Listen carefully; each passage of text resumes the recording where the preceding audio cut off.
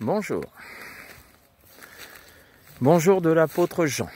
Mais comme je dis toujours, première chose à faire, nous allons honorer l'auteur de la vie.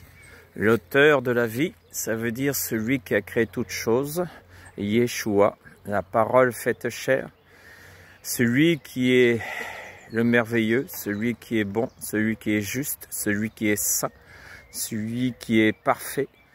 Oh Yeshua, nous voulons t'inviter Seigneur, à travers ce partage, nous voulons que tu nous conduises, tu me conduises Seigneur, par ton esprit Seigneur, car sans toi nous pouvons rien faire. Seigneur, c'est pour cela Papa, je viens à toi, tel que je suis Seigneur, comme un simple vase Seigneur, que tu me fasses grâce Seigneur de communiquer la pensée de Dieu Seigneur, la pensée de Dieu, non pas la pensée des hommes mais la pensée de Dieu. Donc aujourd'hui, par la grâce qui m'a été donnée d'être un apôtre, l'apôtre Jean, je vais vous parler du thème le vrai évangile et le faux évangile. Vous voyez, il y a deux évangiles, un qui est conduit par l'Esprit de Dieu et un qui est conduit par les hommes. Pour comprendre, il faut toujours revenir à la source. La source, c'est le lieu où le commencement de toute chose. Le commencement de toute chose. Vous voyez, dans une rivière, il y a une source. Vous voyez, ici c'est une source, le début d'une rivière. Donc, on dit que la parole est l'eau de la vérité de Yeshua. Donc, au début, il faut revenir à la source. La source, l'apôtre Paul parle en Galates 1, non appelé par des hommes, ni établi par des hommes, mais par Jésus-Christ et Dieu le Père. Donc vous voyez la source du ministère de l'apôtre Paul, il explique, je n'ai pas été appelé par les hommes, je n'ai pas été établi par les hommes, je n'ai pas été enseigné par les hommes dans mon appel de Christ, parce qu'il va parler à un moment de sa vie et il dira que lui-même étant enseigné au pied de Gamaliel, au pied de la religion, il dira par la suite, je regarde tout cela, tout ce que j'avais reçu des hommes comme de la boue. Pourquoi il dit que tout ce que les hommes lui avaient transmis, il regarde comme de la boue? Tout simplement parce que le fruit de ce que l'homme lui avait communiqué l'a amené à persécuter l'Église du Dieu vivant. Il dira lui-même, je ne suis pas digne d'être appelé apôtre car j'ai persécuté les enfants de Dieu. Ça veut dire j'ai participé à la mort des enfants de Dieu. Mais il s'est repenti le jour où il a été visité par le Christ, où son ministère a commencé, c'est-à-dire sur le chemin de Damas. Il est parti pour arrêter des enfants de Dieu, mais Yeshua, sur le chemin, le rencontre. Et lui dit, « Saul, Saul, pourquoi me persécutes-tu » Donc, si on regarde bien à cette époque-là, Saul ne pouvait pas persécuter Jésus parce que Jésus était déjà passé par la croix. Il est retourné sur le trône de gloire. Donc, il ne persécutait pas Yeshua, mais il persécutait qui? Les enfants de Dieu. Donc, vous voyez, Paul, dans son ignorance, enseigné par les hommes, ça l'avait amené à la persécution de la véritable Église du Dieu vivant. Pourquoi? Parce qu'il avait été enseigné par les hommes et non par Dieu.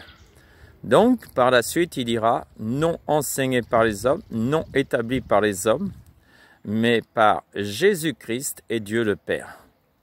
Et là, il va annoncer le véritable évangile. L'évangile que lui-même, il dira que je n'ai pas aussi non plus consulté ceux qui étaient appelés avant moi apôtres. Ça veut dire que même les apôtres qui avaient été établis, les 12 apôtres, il ne les a pas consultés. Mais il est parti pour l'Arabie, dans ce que Yeshua lui demandait, la mission qu'il lui demandait. Donc il n'a pas regardé aux hommes, il n'a pas regardé au ministère, mais il a accompli la mission qui était conduite par le Christ, ça veut dire par le Saint-Esprit dans sa vie. Donc vous voyez, ce qui est important, c'est que le vrai évangile, ce n'est pas l'évangile que vous allez recevoir des hommes, mais c'est l'évangile que vous allez recevoir du Saint-Esprit. La Bible dit, le Saint-Esprit vous enseignera toutes choses. Oui, il peut passer par un homme, mais je ne parle pas de la connaissance que les hommes peuvent avoir. Je vais vous parler de mon propre expérience. Un jour, en 2000, je pense 2007, Dieu me permettra d'aller, à cette époque-là, j'étais chef d'entreprise, et je vais accompagner une personne en Guadeloupe, Martinique. Et puis, Dieu va m'utiliser dans ce qu'on appelle la délivrance. La délivrance, ça veut dire des gens qui sont possédés d'esprit. Et je n'y pensais pas. Ça veut dire que ce n'était pas mon intention de faire ce travail. J'étais parti plutôt pour me reposer car j'avais travaillé durement dans mon métier et j'avais besoin de repos. Mais Dieu, un jour, me fait rencontrer un homme d'environ 45 ans, je pense. Et cet homme discute avec moi. Et il me dit, Jean, je ne peux plus rien faire de ma vie. Alors je vais regarder cet homme. Je vais regarder cet homme parce que je ne comprends pas. Sur son corps, je ne vois pas d'infirmité. Dans la façon de son langage, je vois que c'est sensé, ce n'est pas un fou, ce n'est pas des propos d'insensé. Donc quelqu'un qui est posé, qui parle correctement. Et pourtant il me dit, je ne peux plus rien faire de ma vie. Alors j'étais étonné et je me disais, qu'est-ce qu'il veut me dire? Je ne comprends pas. Un jour, après un culte, Dieu me dit, tu iras délivrer cet homme. Alors, je n'avais jamais exercé la délivrance. Et là, Dieu me dit, seul, tu vas aller dans une chambre derrière et tu vas délivrer cet homme. Et je me suis dit, mais comment ça se fera? Je n'ai pas de connaissance dans la délivrance. Je ne connais pas. Et tu me demandes de délivrer cet homme. Mais j'étais comme un petit enfant, obéissant au Seigneur. Et j'ai marché avec cet homme vers cette pièce qui était derrière la salle de culte. Et quand j'ai commencé à obéir au Seigneur, maintenant Jésus va me donner une vision de cet homme. La vision de cet homme, il était dans le monde spirituel. Vous savez, il y a le monde physique, mais aussi un corps spirituel. Vous avez un corps physique et vous avez un corps spirituel. Ce corps spirituel, Dieu me le fait voir. Cet homme était comme une momie. Vous voyez les momies égyptiennes, totalement liées des pieds à la tête, complètement liées. Donc quand je rentre dans cette pièce, je commence à faire ce que Jésus me dit et je délie cet homme. Au bout d'un moment, je regarde son visage et je me dis, il y a quelque chose sur son visage, mais je n'arrive pas à voir. Alors, j'ai cherché à voir ce qui était sur ce visage. Qu'est-ce qu'il y avait sur ce visage? Donc, je me suis concentré. Je me suis concentré pour voir qu'est-ce qui se passe sur son visage. Et au bout d'un moment, je vais voir un masque de sorcellerie africaine qu'on avait mis sur son visage. Je vais arracher ce premier masque de sorcellerie, puis un second masque, puis je vais finir de le délivrer. Et quand sa délivrance sera totale et parfaite, je vois une nouvelle vision que Yeshua me donne de cet homme. Il n'a plus 45 ans, mais 30 ans, rajeuni. Et je vois qu'il est dans le monde spirituel rétabli. Alors je me réjouis. Et je me dis, bon, maintenant que le travail de délivrance est fait, j'aimerais comprendre qui a fait cela dans la vie de cet homme. Qui a fait cela? Alors, en revenant vers la salle avec cet homme, je vais poser des questions à cet homme. Et je vais lui dire, qui t'a fait ça? Qui t'a lié à ce niveau-là? Et il me dira, les marabouts, les kimboiseurs. Donc, les sorciers. Je dis, waouh, ils sont pas gentils ces gens-là, hein? Ils t'avaient lié dans le monde spirituel, hein, à ce niveau-là. Je comprends maintenant que tu me mentais pas. Oui, quand tu m'avais dit ça, je t'avais pas cru. Hein, quand tu m'avais dit, je ne peux plus rien faire de ma vie. Je t'avais pas cru. Mais Dieu m'a fait voir que effectivement, les sorciers t'avaient lié à un niveau pas possible. Alors j'ai dit, et je dis maintenant à toute personne, hein, comprenez, il y a des gens qui cherchent du secours. N'allez pas vers les voyantes, n'allez pas vers les médiums, n'allez pas vers les guérisseurs hommes, n'allez pas vers je sais pas, les pratiques occultes, hein, n'allez pas vers les marabouts.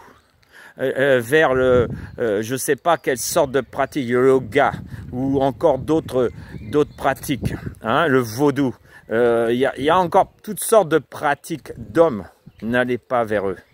Si vous allez vers ces hommes et ces femmes, votre vie va se dégrader. Vous allez devenir esclave des hommes et des femmes de la sorcellerie. Et après, s'il n'y a personne pour vous délivrer, votre vie sera un calvaire. C'est-à-dire, vous allez souffrir parce que vous êtes livré entre des mains, des mauvaises mains. Venez plutôt consulter les vrais hommes de Dieu, ceux qui ont été appelés et établis par Dieu pour vous délivrer. Oui, je vous dis. Donc vous voyez, des fois, on se livre entre n'importe quelle main. J'ai appris moi-même que les ministères, oh là là, je suis en train de faire certains travaux, hein, que de faux apôtres, hein, des faux ministères, avaient fait aussi des œuvres terribles. Oh Seigneur, quand j'ai vu ça, comment Dieu m'a éclairé, comment il m'a enseigné pour délivrer aussi des frères et des sœurs, hein, dans la foi, liés par des faux apôtres, liés par des faux ministères. Voyez combien l'homme, des fois, dans son ignorance, se livre entre n'importe quelle main. Et quand je vois tout cela, ça m'attriste de voir tous ces gens qui souffrent, hein, mais Jésus-Christ est venu pour vous libérer. Oh oui, Jésus est venu pour vous libérer, vous affranchir. Donc voyez, les vrais ministères, c'est ceux qui sont appelés par Christ. On voit que Paul le dit lui-même, non appelés par des hommes, non établis par des hommes. Voyez, tous ceux qui ont été établis, hein, il y a des ministères qui étaient appelés de Dieu, c'est vrai, des ministères appelés par Dieu, mais ils se sont livrés entre des mains des pères spirituels, comme j'avais expliqué dans l'autre cassette. Donc ces pères spirituels qui viennent de la papauté, et leur ministère est lié. Vous voyez, je vais ajouter une petite chose. Vous voyez, quand la maman est liée au bébé, la nourriture du bébé, hein, passe par le cordon. Donc vous voyez que les ministères qui étaient liés à la grande prostituée, ils sont nourris par qui? Par la grande prostituée. Comprenez, ministère, comme je vous ai dit encore, faites attention. Si vous avez été consacré par des ministères, des pères spirituels, abandonnez ça, demandez pardon à Dieu et qui vous libère de ces liens. Parce que la nourriture spirituelle que vous allez recevoir vient de la grande prostituée. Même si vous avez un appel, hein, parce qu'il y a des gens qui ont été appelés de Dieu. Mais faites attention.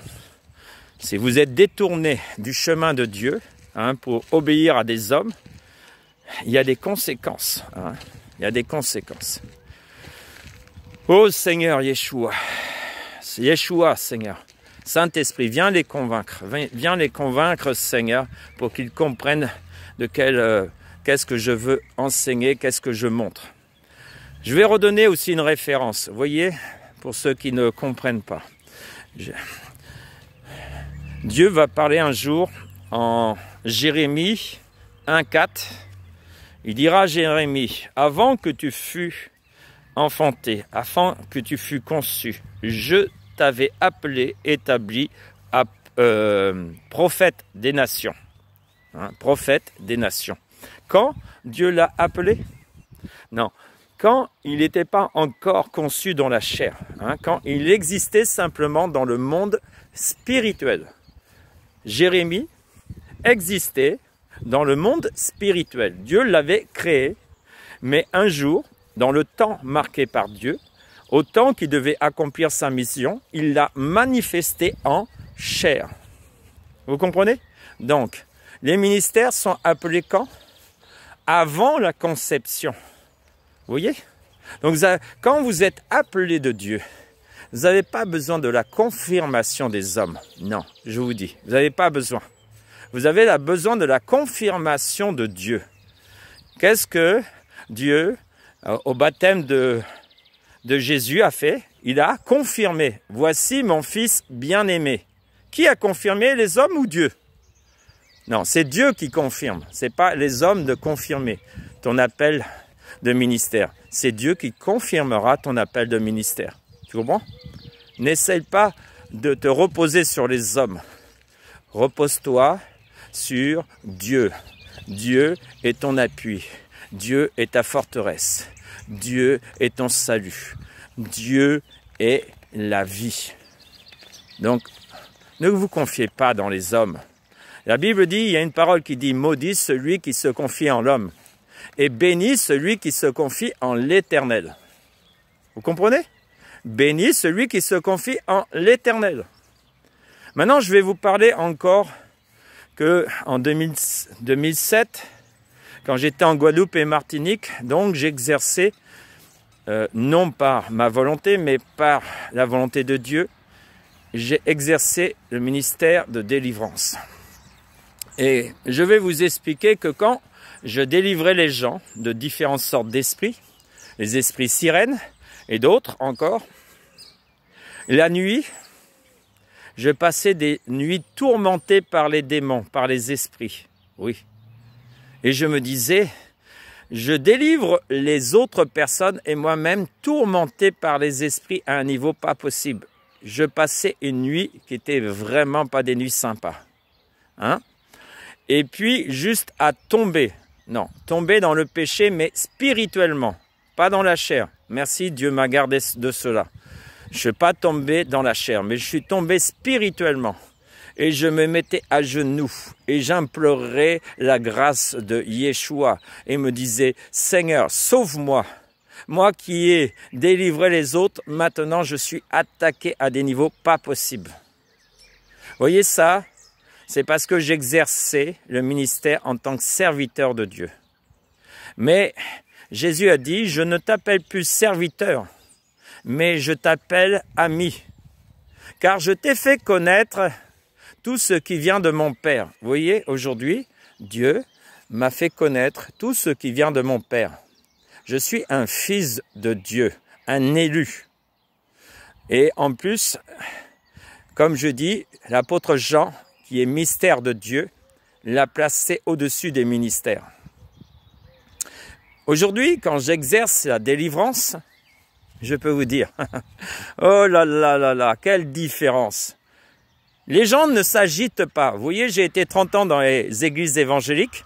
Les gens s'agitaient, ils tombaient par terre. L'homme, les serviteurs faisaient des efforts pour délivrer les gens. Non, je vous dis, quand vous marchez dans la volonté de l'amour, de la vérité, ça veut dire vous marchez dans ce que Dieu vous demande de faire, tous les esprits lui sont soumis. Je dis bien tous les esprits lui sont soumis. Aujourd'hui, je dors comme un petit bébé.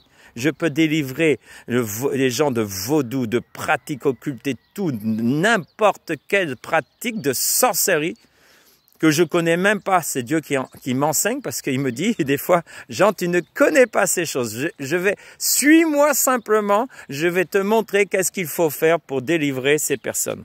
Et je vous dis la vérité, je ne le sais pas, c'est vrai. Il dit la vérité, Jésus. Quand il te dit tu ne connais pas, effectivement, Jean ne connaissait pas. Les pratiques de vaudou, les pratiques de kimboiseur, de médium, enfin de toutes leurs pratiques là, je ne connaissais pas. Mais Dieu lui-même m'enseigne à délivrer les gens. Oh Seigneur. Et après, je fais un dodo tranquille, dans la paix de Dieu. Plus aucun démon vient de m'attaquer. Pourquoi ? Parce que je suis dans la volonté du Père. Donc vous voyez, vous les serviteurs, vous voulez être les plus sages, les plus intelligents, ceux qui ont le plus de connaissances, ceux qui veulent avoir le plus de pouvoir et d'autorité. Moi je vous dis, redevenez comme des petits enfants. Écoutez simplement ce que le Père vous demande de faire.